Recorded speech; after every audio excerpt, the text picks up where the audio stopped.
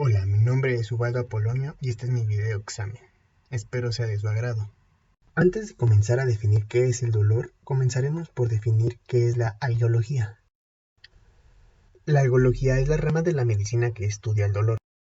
Definiremos al dolor como una experiencia sensorial y emocional desagradable relacionada con un daño. Es una respuesta multifactorial multidinámica del cuerpo humano que genera una respuesta neuropsicoinmunoendocrina con mecanismo de defensa, ya que es una señal de alarma para proteger al organismo y posibilitar a su supervivencia. Clasificaremos al dolor en temporal, la cual se subclasifica en agudo, crónico, recurrente e incidental.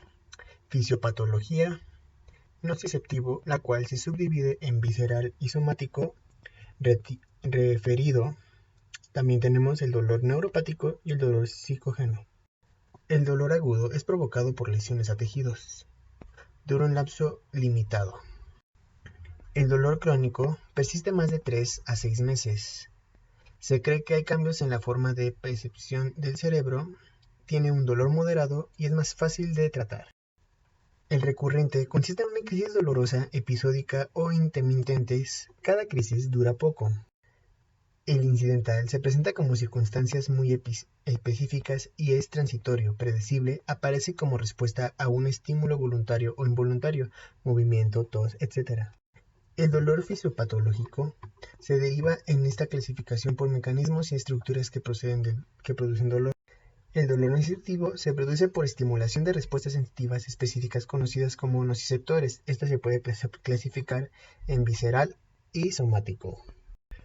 El dolor somático aparece cuando hay un estímulo potencialmente dañino en la piel, músculos, articulaciones. El dolor visceral se origina en las vísceras u órganos, dolor profundo, difuso y mal localizado. Uno de los síntomas que podemos llegar a ver en este dolor es que produce inquietud, sudoración, palidez, náuseas y vómitos. Es difícil definir el dolor de una forma unánime, ya que el dolor se va aprendiendo su significado conforme a la experiencia. El dolor no es lo mismo en una persona que en otra. Un ejemplo sería que usted que está escuchando esto tenga un dolor y lo pueda clasificar o definir de una manera y para mí sea diferente. Ese es un ejemplo. La clasificación del dolor según su intensidad por la escala visual análoga EVA es del 0 al 10, donde 10 es el peor dolor que has sentido. Y existe también una que es leve, moderado, severo. De igual forma existe la escala de grises. Es una escala de blanco a negro donde se pide al paciente que identifique su dolor con la tonalidad, siendo blanco ninguna y negro máximo. Existe la escala de expresión facial, orientada más para niños, ya que se establecen iconos entre 5 a 6 que representan rostros de felicidad hasta uno que está llorando. De esta forma, al niño se le hará más fácil identificar su dolor. De igual forma está la escala multidimensional. Mesakis-Cassel establecen que el dolor está formado por 3 dimensiones: dimensión sensorial, dimensión emocional o afectiva y dimensión cognitiva. A continuación veremos cómo ha cambiado la definición del dolor a lo largo de la historia. En la Biblia hebrea, el dolor lo relacionaban con el castigo y pecado. Esto quiere decir que si tú te enfermabas o tú tenías alguna enfermedad, quiere decir que eres un pecador y eres castigado por Dios. En China, se creía que era por el desequilibrio entre las fuerzas yin-yang. Da Vinci, en 1452, relacionó la sensibilidad con la transmisión por los nervios. Descartes, en 1596, hace el primer planteamiento relacionado al dolor como mecanismo de defensa. Tratarlo era una interferencia y un problema para el diagnóstico. En 1803 se aisló la morfina del opio, salicina del sauce, que luego de 49 años daría la aspirina. En 1908, Bichat divide el sistema nervioso en procesos inconscientes y voluntarios. En 1965, Mensac desarrolló la teoría del control de puerta, destacando la complejidad del dolor, influenciándolo por la atención, ansiedad, sugestión y experiencia. La epidemiología del dolor dice que 30% refiere a un dolor en los últimos días, casi la cuarta parte de los días no trabajados se deben al dolor. 8% sufren de dolor neuropático, 33% de los que sufren dolor tienen problemas familiares, más usualmente el dolor de piernas 23%, de cabeza 20% y de espalda 12%. La frecuencia del dolor aumenta con la edad, para ser un 42% a los mayores de 65 años y dolor de huesos con un 48%. Entre el 60 al 80% no están satisfechos por el tratamiento. Dolor crónico 25 a 40%. Depresión por el dolor 29% por 7 años. El dolor perfectamente localizado puede ser casualmente multideterminado. Teorías del dolor. En 1965 se dio a conocer la teoría de la compuerta, que afirma que los estímulos no dolorosos cierran las puertas al estímulo doloroso, evitando la sensación dolorosa, el viaje al sistema nervioso central. Por lo tanto, la estimulación nociva es capaz de suprimir el dolor. En 1894, la teoría de la especificidad fue dada a conocer, la cual dice que el dolor es generado por los receptores específicos que transportan hacia el cerebro la información del dolor, como si fueran cuerdas que vibran de ser un estímulo. Esta tengo entendido que no es tan lógica, ya que se dice que entonces cada cuerda tendría un dolor propio y pues no podré sentir dos dolores. En 1955 se dio a conocer la teoría del patrón periférico, la cual considera que el dolor está provocado por un exceso de estimulación periférica que produce un patrón de impulsos nerviosos interpretados centralmente como dolor. Son los patrones espaciales y temporales de impulsos nerviosos de los que controlan la conducción del dolor más que las ruedas de transmisión. Los componentes del dolor es sensorial discriminativo, relacionado con los mecanismos neurofisiológicos de la nocicepción, detecta el estímulo y su naturaleza. El afectivo, que es una connotación desagradable o no. Cognitivo, procesos mentales que adoptan las respuestas como conocimiento previo, interpretación, atención, anticipación y valores atribuidos al dolor. Focos atópicos y parches de la desmineralización. Consiste en la presencia de sitios anormales de activación espontánea a lo largo de una fibra nerviosa. Lo más usual es por parches de desmineralización, frecuentes en la diabetes mellitus, causada neuropatía diabética.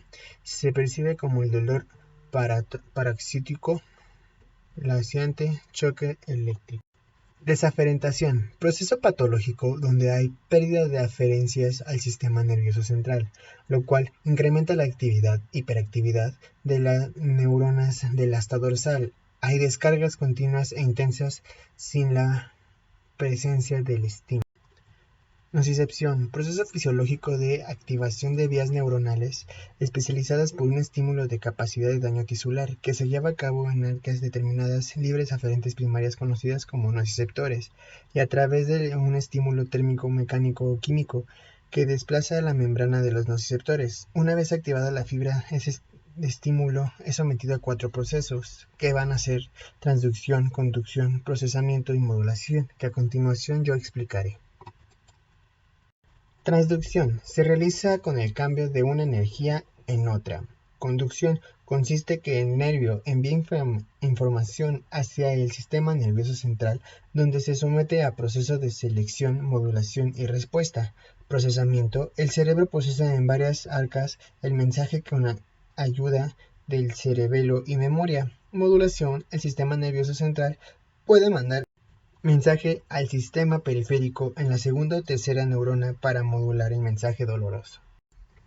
La evaluación del dolor es un proceso complejo, ya que los intentos de convertir el dolor en una escala variable abierta y medible no resulta, ya que no para todos es lo mismo.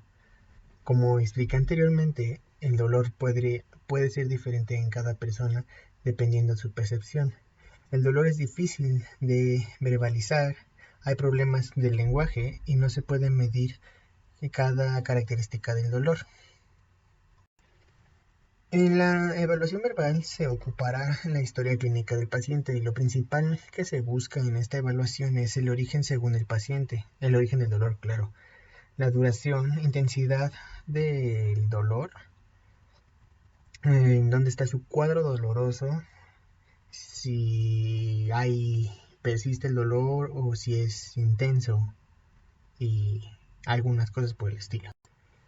Para que nosotros podamos hacer unas excelentes preguntas, podemos apoyarnos de Alicia, que es antigüedad, o sea, ¿cuándo?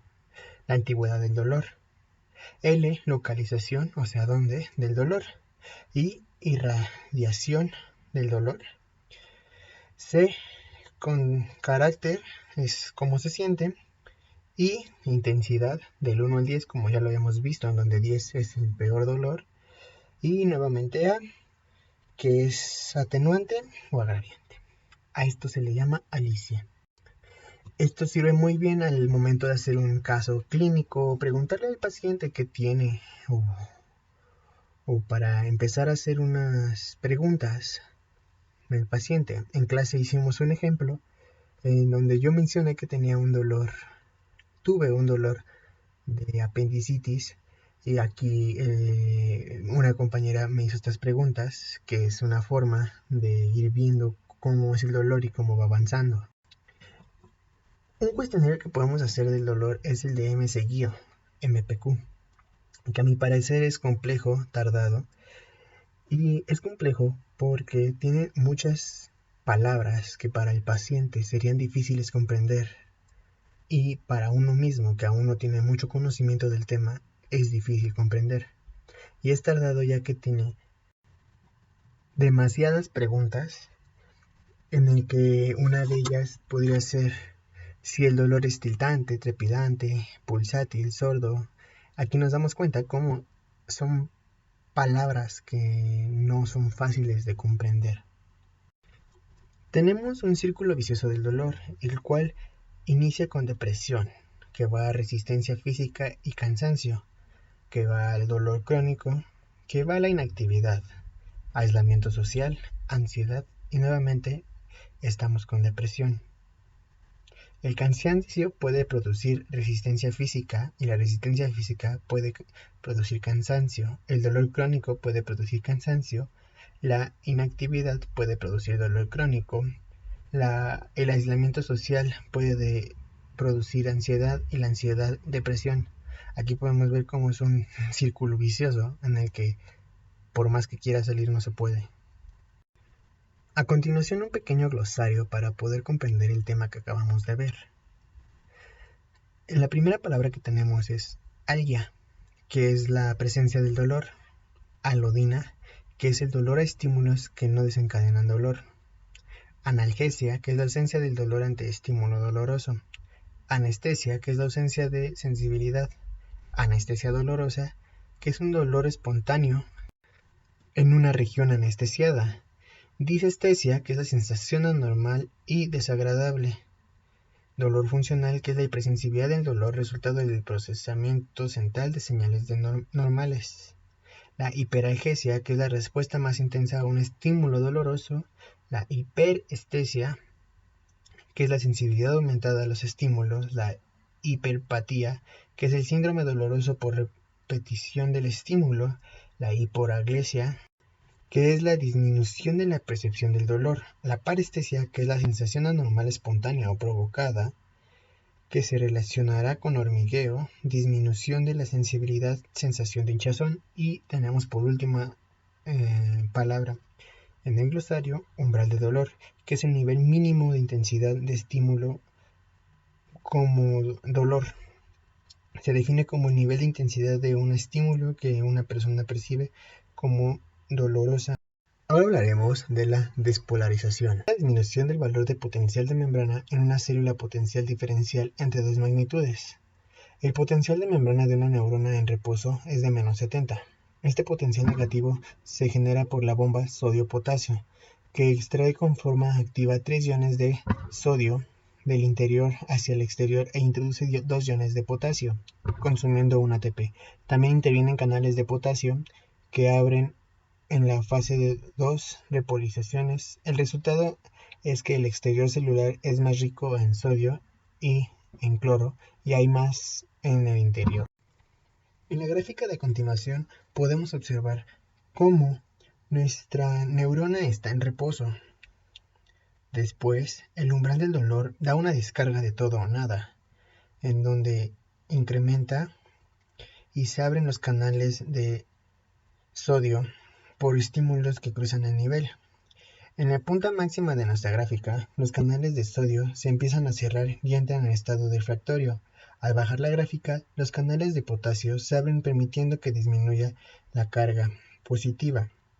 Los canales de potasio permanecen abiertos más tiempo en el periodo retratado para llegar a la repolarización, en donde los canales de sodio y potasio son cerrados. En axones mielíticos, la conducción saltatoria es el proceso por el que los potenciales de acción parecían saltar a lo largo del axón, de una zona no aislada a otra, nodos de Rambier. Este sistema incrementa la velocidad de conducción sin tener que aumentar el diámetro del axón. La membrana de la célula está hecha por fosfolípidos altamente híbridos. Sin carga, esto impide que los iones cargados la atraviesen, por lo que necesitan canales. Para el proceso de la información en el sistema nervioso central, el cuerpo utiliza aferencias sensitivas primarias somatosensoriales. El sistema nervioso central genera respuesta a diferentes reflejos motores, bioquímicos, neuroendocrinos y conductuales. La nocicepción es la respuesta que se genera cuando se detecta una situación potencialmente nociceptiva y tiene 4 fases como ya lo habíamos mencionado. La transducción, que es el estímulo nociceptivo que se convierte en potencial de acción. La transmisión, que propaga la potencial de acción del receptor hacia la médula espinal. El procesamiento, que es a nivel cortical, la transmisión se convierte en dolor, y modulación, que es la respuesta elaborada por el sistema nervioso que permite una amplificación o disminución de la señal. Un nociceptor son células nerviosas especializadas en la transducción de estímulo nociceptivo. En una señal bioeléctrica son células pseudodipolares. Hay diferentes tipos de fibras nociceptivas. Están las A-alfa mielinizadas, las C-amielinas y los nociceptores silentes. Las fibras alfa-mielinizadas codifican el primer dolor, identifican la localización, duración e intensidad del estado, son anchos mielinizados y el dolor agudo. Las fibras C-amielinas codifican el segundo dolor, transmisión más lenta y difusa. Polimodales responden a temperatura, presencia químicos, son pequeños, dolor crónico lento. Los nociceptores silentes solo responden cuando han sido sensibilizados por la inflamación. Sensibilización periférica implica la reducción del umbral de descarga del nociceptor. Este cambio se puede dar por respuestas al daño tisular de mastocitos, linfocitos, plaquetas. Se llama sopa inflamatoria. Esta sopa aumenta los canales de sodio en el nociceptor. Cambio de nivel de umbral lo hace más positivo. Tanto así que genera fenómenos de hiperalgesia, dolor espontáneo. La sopa inflamatoria promueve el cierre de los canales de potasio. El dolor espontáneo se puede producir por descargas ectópicas del propio nociceptor dañado. El estado cebado del nociceptor es un nociceptor sensibilizado con respuestas normales a estímulos fisiológicos, pero aumenta estímulos derivados de la inflamación que puede derivar en un dolor crónico. La sensibilización central pasa si los impulsos nociceptivos son de gran intensidad o de mucho tiempo. Se produce muchos cambios en las neuronas del asta posterior que facilitan la transmisión del impulso nervioso nociceptivo. Está relacionado con la presencia del dolor, en ausencia de estímulo nociceptivo relacionado con dolor crónico. El sistema aferente primario es el encargado de codificar y transducir los cambios en el medio externo o interno para comunicárselo al sistema nervioso central. El sistema somatosensorial informa los cambios medio externos, temperatura, presión, daño, pH y entre otras cosas. Estas señales alcanzan diferentes niveles en el sistema nervioso central para generar respuestas reflejadas medulares y encefálicas, para producir respuestas eferentes conductoras y emotivas. Estas respuestas eferentes permiten la adaptación al individuo. El dolor referido es el dolor que se percibe en una localización diferente al sitio de dolor. Esto quiere decir que si el dolor comienza, supongamos, en el brazo y se está localizando en otro lado. Este dolor referido se da más en el infarto agudo de miocardio, donde el dolor se refiere a veces al brazo, espalda o mandíbula. Como ya lo habíamos mencionado anteriormente, el dolor referido quiere decir que te duele un lugar externo a donde es el origen del dolor. En la odontología, los molares superiores generalmente refieren hacia la zona cigomática, parietal y occipital. Los molares inferiores hacen hacia el oído. Eso quiere decir que el dolor va a ir hacia esas zonas que acabo de mencionar. Un ejemplo claro del dolor referido es el clásico de un paro cardíaco que proyecta su dolor inicial en el brazo izquierdo, que es un indicio de que puede que haya un paro cardíaco. Hablaremos del homúnculo cortical periférico. Es una representación pictorial distorsionada del cuerpo humano basada en un mapa neurológico de las áreas y las proporciones del cerebro humano dedicados a procesar las funciones sensitivas y motoras. Es como si vemos en la imagen, es como un cuerpo humano distorsionado, como la definición lo dice. Los dedos de los pies están representados en la parte superior del hemisferio cerebral. Las áreas más pequeñas son las menos complejas. Hay un músculo sensorial y otro motor. Las áreas más grandes que representan los labios, manos y piel. Continuaremos con el dolor irradiado. Está producido por la irritación de una raíz nerviosa generalmente ocasionada por compresión. Se produce a distinta, tiende a ser una forma de hormigueo y adormecimiento. Hormigueo nos referimos a como cuando se te duerme el pie o cuando te anestesian. Es un hormigueo como si caminaran cositas por tu piel. Dermatoma es la región de la piel inervada por axones nervios sensitivos asociados con un ganglio sensitivo del nervio espinal en un único nivel de la médula espinal. Son neuronas pseudo-unipolares. Las sensaciones participan en la transmisión son el contacto y el dolor. Hay 8 nervios craneales, 12 nervios tusiacos, 5 nervios lumbares y 5 nervios sacros. Algunas áreas de los dermatomas están sobrepuestos, lo que puede originar el dolor referido. El miotoma son músculos inervados por una raíz motora. El dolor fantasma puede ocurrir hasta el 80% de los sujetos con amputación. Esto lo vimos en clase y quiere decir que a pesar de que tú ya no tengas la extremidad que acaba de ser amputada, tú todavía sientes el dolor como si en verdad lo tuvieras. Esto es un dolor fantasma. Quiere decir que no tienes la extremidad, pero tú alcanzas a percibir un dolor.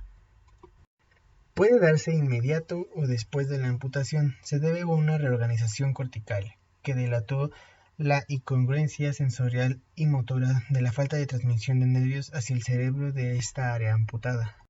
Se usan algunas terapias para el dolor y electroestimulación. Una terapia podría ser el despejo, que es imaginar el movimiento de la extremidad amputada y al mismo tiempo observar a la otra extremidad en movimiento en un espejo.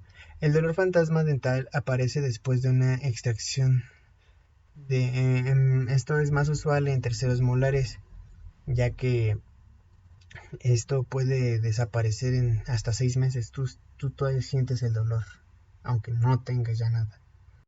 La sustancia P es un neuropéptido que actúa como neuromodulador neurotransmisor. Se descubrieron en preparados secos de cerebro e intestinos como polvos, inglés Power P.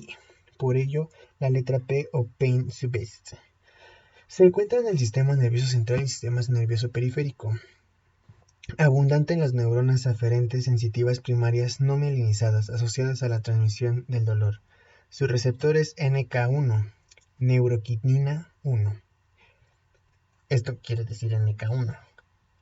Interviene en el dolor crónico, se estimula por el dolor agudo e hipertensor, estimula la proliferación de la célula. Es un potente mediador de la inflamación neurogénica. La unión de la sustancia P a su receptor NK1 da lugar a una endocitosis del receptor. Esto causa la activación del fosfolipasa C, que cataliza la hiperdosis de fosfonicisol a 4.5 biofosfato. El GABA es un aminoácido no proteico. Es el principal neurotransmisor inhibidor. Se sintetiza a partir del glutamato y de la vitamina B6. Activa la sinapsis inhibidores del cerebro. Su receptor está acoplado al canal de iones del cloro en carga negativa. Recordemos que la sinapsis es la comunicación entre neuronas. Las neuronas que producen y secretan el GABA son conocidas como GABA enérgicas. El receptor tiene varias subunidades, alfa, beta y gamma. Cada una tiene afinidad para un receptor. El glutamato es uno de los 20 aminoácidos que forman las proteínas. Es el principal neurotransmisor excitatorio. Tiene receptores inautópicos y receptores metabrotópicos. Y 7 dominios transmembrana y acoplados a la proteína G1. Hay receptores de glutamato en la lengua que producen el sabor a umami. Por ello, se utilizan mucho en productos procesados. Es un potenciador de sabores. Yo tengo entendido que en las sabritas, en las papas, es donde se ocupa más el glutamato, que es el glutamato monosódico, que es lo que hace que quieras comer y comer y comer esta comida, estas papas. Las acetilcolinas son neurotransmisores. Se sintetiza a partir de la colina y de la acetilcolina, derivados del metabolismo de la glucosa. La degrada la enzima acetilcolinesterasa a colina y activa, ubicada en la herradura sináptica. Tiene 2 familias de receptores inotrópicas, tiene 5 subunidades, 2 alfa, beta, gamma y delta, creo, no me recuerdo. Son proteínas transmembranales que permiten el paso de iones de sodio o calcio. Se llaman receptores nicóticos ya que se activan por nicotina. Y metabotípicos, según las proteínas G, se activan por mecanismos.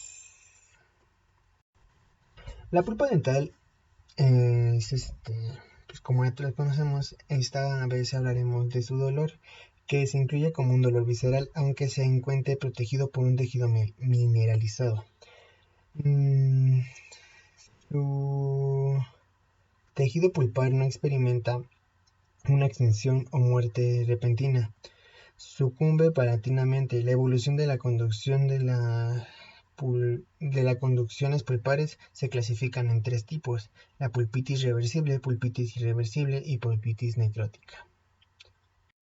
Hablaremos de las teorías del dolor, pero esta vez son teorías del dolor dentales. Tenemos como teorías la teoría del odontoblasto, que postula que son las prolongaciones odontoblásticas las que reciben y transfieren los estímulos de las terminaciones nerviosas de la pulpa.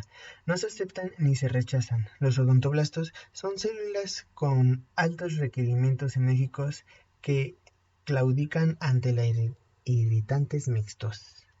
También tenemos la teoría de la inervación dentinaria. Se basa en que las terminaciones nerviosas adelantan el límite anhelodeterminatorio siendo estimulada directamente. Por último, tenemos la teoría de la hidrodinámica, que postula que es la principal causa del dolor dental. Es rápida movimientos de fluido hacia el interior y exterior de los túbulos dentinarios, dependiendo de la variante de presión. La aplicación de estímulos tactilares asomáticos térmicos sobre la dentina expuesta origina la salida de fluido dental. La reducción de volumen de fluido debido al frío tener igual efecto sobre la dentina de la evaporación. En el dolor pulpar debemos de valorar sus características, como un dolor sordo, que sería un dolor crónico, un dolor punzante, que sería un dolor agudo, un dolor provocado, que sería sometido a estímulo como el frío, calor y algunas cosas como el ácido o el azúcar. Un dolor espontáneo, que refleja mayor compromiso en pulpar y una duración del dolor, si este desaparece cuando se quita el estímulo en un tiempo menor a 10 segundos o mayor. Ya necesitamos hacer un pronóstico. Existen diferentes tipos de dolor de la articulación temporomandibular, las cuales mencionaré enseguida. Uno de los dolores que tenemos es el dolor ligamentoso, que intermitentemente está asociado al movimiento de traslación candilar. Puede aparecer una combinación muscular protectora.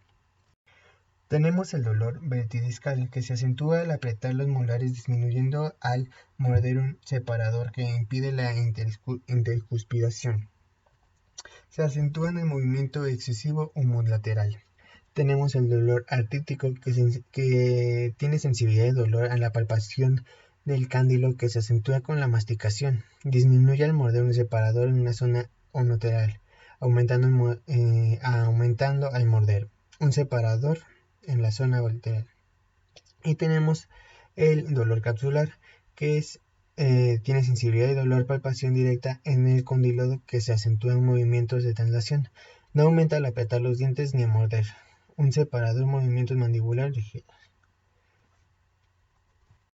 El decálogo del dolor nos dice que el dolor no se juzga, se comprende. No se censura, se evalúa. No es síntoma, es una enfermedad. No es un estímulo, es una percepción. No se ignora, se atiende. No se mira, se observa. No se recrimina, se mesura. No se minimiza, se afronta. No se sufre, se previene y no se silencia, se comunica. En el pterigoideo interno, el dolor se proyecta hacia las cejas, el maxilar, la mandíbula y se mantiene hacia el oído. Es un músculo profundo, no puede ser palpado fácilmente. Disculpen los cohetes. No puede ser palpado. También tenemos el pterigoideo externo, que se proyecta hacia el maxilar y la articulación temporomandibular. Es imposible su palpación. Y tenemos también el digástrico, que da un dolor en el cuello y en el esternocleidomastoideo. Tenemos también el macetero, que es un dolor referido hacia las cejas, maxilar superior e inferior, la capa profunda hacia el dolor y la articulación temporomandibular. Y tenemos el temporal, que en la región temporoparietal el dolor dentinario maxilar se puede palpar el músculo en sus tres haces verticales, horizontal, oblicuo, y tenemos que en la articulación temporomandibular podemos palpar 3 puntos, que sería el papilar, el intraorbicular y el capsular. Para terminar esto, algunas tareas que hice yo o que estuvo en mi posibilidad de hacer fueron el cuestionario de MSG, que es que es el que comentábamos, que es un poco complicado, ya que contiene muchos reactivos o preguntas en el que sus palabras son un poco difíciles de entender o no muy comunes. Por ejemplo, terrabiante, uno no sabe qué es, entonces es necesario explicarlo para entenderlo. En este caso yo se lo hice a 2 personas, y a mí contándome por 2 personas externas a mí. Ambas personas fueron de un dolor vesicular. A una persona ya se le ha extraído la vesícula y a otra no. Casualmente o chistoso, no fueron los mismos resultados que yo esperaba. Yo creí que iban a ser similares, pero viendo lo del dolor, que no para todos es lo mismo, podemos deducir que por eso hay cambios en esto. Sí hay similitudes en sus respuestas, pero no del todo. Podemos encontrar también una diferencia, que una persona sigue teniendo su vesícula y otra que no. También hice la actividad de la jeringa de insulina, que trataba de inyectar la zona abdominal de nuestro paciente. Si le soy sincero, fue difícil encontrar a alguien que quisiera dejarse pinchar por mí, pero finalmente pues mi hermano se dejó y lo que procedí fue desinfectar la zona en la que iba a inyectar, presionar, inyectar y hacer que exhalara fuerte, inhalara antes de inyectar y exhalara fuerte al momento en el que yo iba a inyectar. Podemos hablar de los videos que nos dejaron al final. Bueno, no, que nos dejaba cada que terminábamos un temita o así. Estos videos considero yo que nos ayudaron mucho a comprender más el tema, porque si bien en algún momento no llegamos a comprender algún punto que usted nos explicó, el video nos ayudaba a entenderlo mejor. El video que me gustó fue uno de cómo explica que el dolor que tus emociones pueden provocar un dolor. El ejemplo que daba esa persona es como si al día siguiente tienes examen, tu cuerpo como que tus emociones hacen que tu cuerpo sienta como un dolor de estómago y si te mandan así a la escuela, se nota o te das cuenta de cómo el dolor disminuye o se quita después de dicho examen. Intenté leer un artículo de las páginas en donde usted nos colocó, pero tal vez no entendí cómo se hacía o no sé, pero me cobraban, entonces yo decidí investigar por mi parte e investigué el tema de cómo el dolor puede ser diferente en cada persona y lo llevé un poco a la práctica, ya que si nos damos cuenta, un ejemplo podría ser aquí en la vacuna que no las reacciones secundarias, sino en el dolor. Cuando te vacunan hay un dolor en la zona del piquete de la inyección. Entonces, podemos observar aquí cómo existen diferentes tipos de dolores y no para todos va a ser el mismo dolor. Investigué que pues va a depender mucho de tu umbral del dolor, de cómo lo percibas, de qué tan susceptible seas al miedo hacia la hacia la hacia el dolor. Pero el ejemplo que yo mencionaba es que a muchas personas sentían que su brazo estaba dormido, les dolía, les pesaba, y otras personas andaban como si nada. Es un poco curioso como si te están introduciendo la misma sustancia o están haciendo el mismo proceso, el dolor no sea similar o sea diferente. Me llama mucho la atención este tema, ya que uno pensaría que el dolor es igual para todos, pero no. Como usted me lo explicó y como lo menciona en el video, el dolor puede llegar a ser un poco difícil de definir, como usted lo menciona, ya que el dolor que yo sienta no va a ser lo mismo que usted sienta, no va a ser lo mismo que sienta mi hermano, mi mamá. Es un dolor muy distinto que va a hacer que se complique la definición del dolor. Si bien tenemos una definición un poco vaga del dolor, y digo vaga no porque no sea lo correcto, sino porque es un trip como que esta es la definición, pero no todos pueden llegarla a sentir así. No recuerdo bien de dónde saqué el artículo, estuve investigando en varias fuentes, pero me llamó mucho la atención eso. Este fue mi video, espero haya sido de su agrado. Intenté que durara más de media hora y gracias por verlo.